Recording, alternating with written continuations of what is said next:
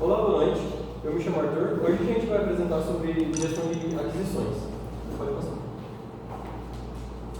Bom, a gente pode começar com a definição do que são gestão de aquisições, que a gente pode descrever como processos necessários para tudo que a gente for comprar, seja de produtos, seja de serviços, ou então aquelas coisas que a gente necessita para conseguir atingir o objetivo que é o produto final, ou então a entrega de um serviço que a gente está sendo contratado para fazer. Então, a gente basicamente traz como essas aquisições tudo que é necessário para entregar o projeto final. Porém, está fora do projeto em si. Não é a gente que faz ou a gente que executa. O objetivo da aquisição é garantir um bom relacionamento entre os fornecedores e aquele que é o contratante. E isso serve também para garantir que o contratante possa analisar e acompanhar todo o processo e garantir que as entregas sejam feitas com qualidade. Alguns exemplos de aquisições que podem ser feitas são licenças de nuvem, por exemplo, outsourcing de desenvolvimento, ou então até mesmo a aquisição de hardware especializado para entrega do projeto final. Pode passar. A gente vai falar também, eu vou falar também sobre alguns conceitos chaves, como o fazer versus comprar. É onde a gente faz todo o teste de viabilidade, a gente faz pesquisa, a gente faz algumas perícias, para a gente definir se vale a pena a gente criar um produto que vai ser útil para o nosso projeto, ou então se a gente vai executar um serviço, ou então se a gente vai contratar isso de alguma outra empresa. Porque os custos não são apenas monetários, a gente também tem custo de recurso humano ou então de recurso de tempo. E tudo isso acaba afetando na entrega do projeto. A gente tem também a questão de contrato, que é um documento vinculativo que vincula tanto o fornecedor quanto o contratante. Nele garante que ambas as partes cumpram com o que elas acordaram legalmente. E também os papéis, que é onde a gente vai definir quais são as obrigações de cada um, o que cada um vai fazer, então o que é o comprador, o que é o fornecedor e quem vai ser responsável pelo que na entrega do projeto. Olá a todos, eu me chamo Felipe e agora eu vou falar para vocês sobre os processos do PMBOK, que consiste em três, que é o planejamento, a condução e o controle. No planejamento, iremos definir os materiais de aquisição e a seleção dos fornecedores. A condução é a etapa onde iremos solicitar propostas, selecionaremos os fornecedores e assinaremos os contratos. Já o controle é onde iremos gerenciar e garantir que o que está sendo entregue e sendo feito está de acordo com o que foi contratado.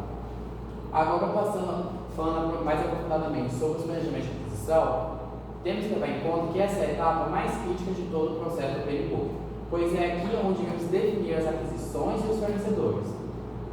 E uma das ferramentas é o SOW, que é um documento onde iremos descrever detalhadamente o trabalho, o escopo, o serviço e por aí vai. E os critérios de seleção são métricas para selecionar os fornecedores ou o produto, aquisições externas, como preço, qualidade, serviço e outras métricas entregáveis. Pode passar. E outro tipo e outra coisa importante são os tipos de contrato, que aqui a gente já trouxe três, que são os preços fixos, os custos reembolsáveis e o tempo material. Os preços fixos é muito utilizado quando tem um escopo muito bem elaborado e isso aqui ocorre ao cliente um risco muito baixo. Já os custos reembolsáveis é utilizado quando não tem um escopo muito bem elaborado, gerando alto risco para o cliente.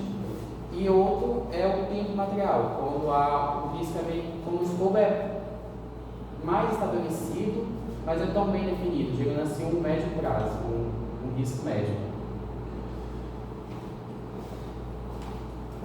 Bom, meu nome é Lucas, agora vou dar continuidade ao que o Felipe falou a respeito do planejamento. O que eu vou falar agora é sobre como a gente vai conduzir as aquisições. Bom, como a gente pode ver aqui no slide, na primeira parte, a gente tem as propostas. No caso, a gente publicaria algumas propostas um pouco mais complexas, que seriam as RFQS, ou, dependendo do tipo de projeto, um RFQS, que seriam cotações, no caso, questão de valores, que importa mais por valores. Bom, feito isso, a gente fez o levantamento, aí a gente agora vai ter que fazer uma reunião com os nossos fornecedores. A gente vai ter uma reunião de licitação com todos os nossos fornecedores e todas as partes interessadas para que seja feita para garantir a transparência total a respeito do que está sendo conversado, do que vai ser implementado. Depois disso, a gente vai para a parte da seleção do nosso fornecedor. No caso, a gente vai avaliar as propostas de forma técnica e comercial, rigorosamente, e no fim a gente vai chegar numa proposta que foi melhor apresentada, vai negociar os termos finais e adjudicar o contrato, no caso, se finalizar o contrato com aquela pessoa. Pode passar. E bom, não acaba ali. A gente tem também a parte de controlar as aquisições. No caso, são separadas em 4 etapas. Revisão de desempenho, trazendo isso para o nosso âmbito da engenharia de software, a gente tem a verificação das SLAS, disponibilidades e a qualidade do código. No caso, a gente vai ver se a usabilidade do código, a usabilidade do sistema e a qualidade do código está sendo satisfatória. A gente tem também a gestão de reclamação, que no caso, no decorrer do uso, a gente vai ter algumas reclamações contratuais, vai ter que ajustar alguma coisa. Então, essa parte vem para resolver essa questão. A gente também tem as inspeções e auditorias, que são validar formalmente as entregas, conforme elas forem entregues, se elas estão sendo entregues nos prazos estipulados.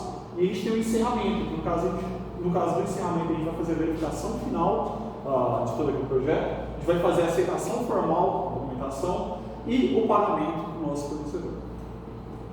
E a gente também tem as ferramentas técnicas, no caso seria para validar a questão do que a gente está implementando ali.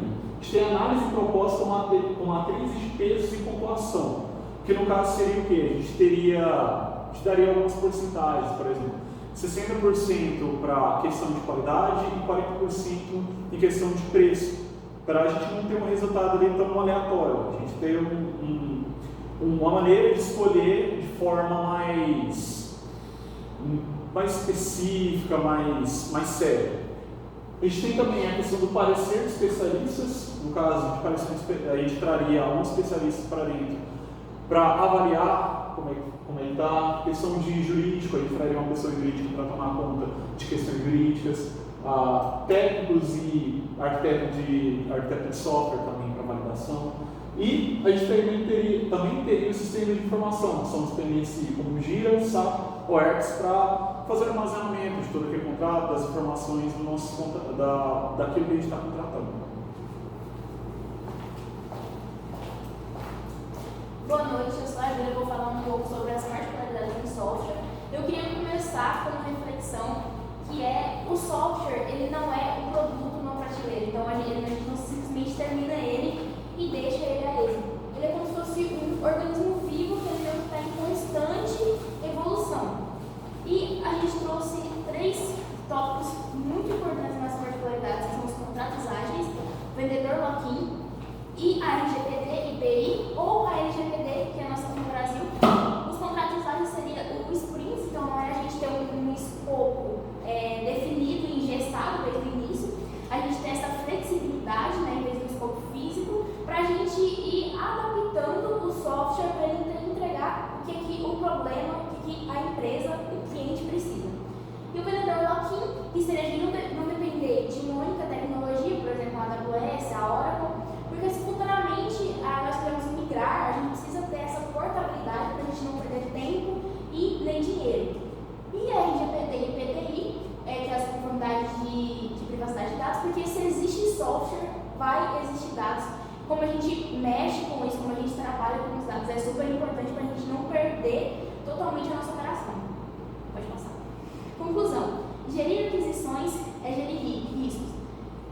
Para o sucesso, vai depender de 3 pilares: vai ser transparência, conformidade e contratos claros, que são os pilares fundamentais para o sucesso de qualquer projeto. Bom, e as nossas referências que a gente usou para o nosso trabalho, que foi